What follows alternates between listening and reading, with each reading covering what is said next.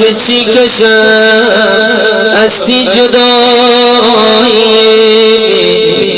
آی میتلا دل خوشی تی غبر سنگم آخ میتلا دل خوشی مامان جان تی غبر سنگم